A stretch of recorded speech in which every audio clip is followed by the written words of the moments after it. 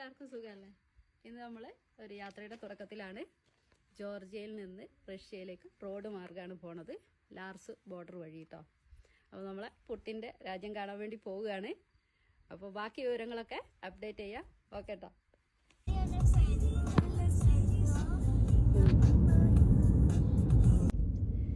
ബോർഡറിലേക്കുള്ള വഴി അതിമനോഹരമായിട്ടുള്ള റോഡാണ് കേട്ടോ. രണ്ട് ഭാഗത്തും പച്ചപ്പിൽ മൂടി നിൽക്കുന്ന മലനിരകളാണ്. മലനിരകളുടെ മുകളിൽ ഇങ്ങനെ കോട മൂടിയിട്ടുണ്ട്.